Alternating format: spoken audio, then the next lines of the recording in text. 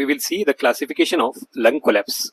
This will be a short case or sometimes given as a long case in respiratory system. So we have to know some of the details about the classification. Mainly we can say three types of lung collapse we can see. First one is obstruction collapse. Second one is passive collapse. This obstruction collapse is also called as active collapse. Whereas second one is passive and third one is mainly contraction collapse. This is also called as cicatrization collapse. This is in short about the third type, that is contraction collapse. But we have to know the difference among the first two mainly, that is active versus passive collapse. So in active collapse, that is type 1, what actually happens is there will be obstruction of the bronchus by either mucus plug or a foreign body or due to blood, sometimes neoplasm, which will be considered as endobronchial. So these are some reasons. Because of that, the bronchus will be obstructed. That's why the part distal to that will be collapsed. This is the active process. Whereas if we see the second type, that is passive type of collapse, here usually there will be a compression of the lung parenchyma by some external factors. As we can see in this image, pleural effusion or empyema, pneumothorax, even hydropneumothorax. So these are some factors which will be compressing the lung parenchyma. These we can consider as extrapulmonary.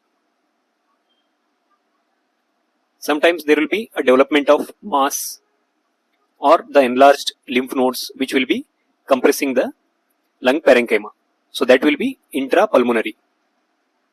But here if you observe, the bronchus will remain patent. That is the major difference. So clinically, how we can differentiate? In this type, that is first one, active collapse, we might see the deviation of the trachea towards the same side as the lesion. Whereas here if the effusion or all these factors are massive, they will push the trachea towards opposite side. This will be the first differentiating feature. Whereas vocal fremitus, in case of active collapse, will be either absent or diminished. Whereas in case of passive, if the bronchus is patent, here vocal fremitus will be increased. This is the differentiating feature. And on auscultation, in cases where there is obstructed bronchus, there will be diminished vesicular or absent breath sounds.